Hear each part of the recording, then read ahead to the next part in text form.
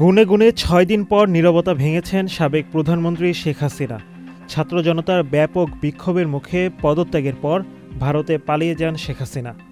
ক্ষমতাচ্যুত করার জন্য যুক্তরাষ্ট্রের মতো বিদেশি শক্তিকে দায়ী করেছেন তিনি। বার্তায় শেখ হাসিনা বলেন, আমি যদি যুক্তরাষ্ট্রের হাতে সেন্ট মার্টিন ও বঙ্গোপসাগর ছেড়ে দিতাম তাহলে ক্ষমতায় থাকতে পারতাম।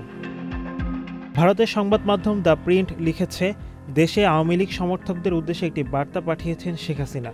তাকে ক্ষমতাচ্যুত করতে বিদেশি শক্তির হাত রয়েছে বলে অভিযোগ করেন তিনি।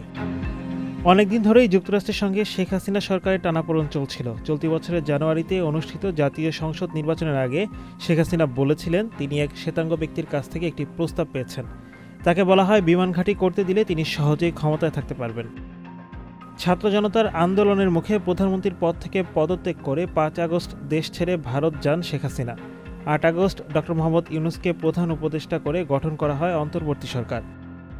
শেখ হাসিনা বলেন, আমি পদত্যাগ করেছি যাতে আমাকে লাশের মিছিল দেখতে না হয়। তারা ছাত্রদের লাশের উপর দিয়ে ক্ষমতায় আসতে চেয়েছিল, আমি তা করতে দেইনি। তিনি দাবি করেন, যদি আমি আজ দেশে থাকতাম তাহলে আরও প্রাণহানি হতো, আরও সম্পদ ধ্বংস হয়ে যেত। সমর্থকদের উদ্দেশ্যে পাঠানো বার্তায় শেখ হাসিনা বলেন, হয়তো তাকে হার মেনে নিতে হয়েছে, কিন্তু তিনি অচিরেই দেশে ফিরবেন।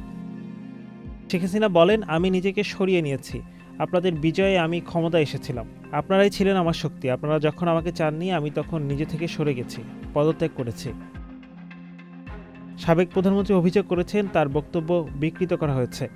এ ব্যাপারে তিনি বলেন, তিনি তরুণ শিক্ষার্থীদের আবার বলতে চান তিনি কখনোই তাদের রাজাকার বলেননি। তার কথাগুলো বিকৃত করা হয়েছে। একটি গোষ্ঠী ফায়দা নিয়েছে। Adnan Dilwar, channel I.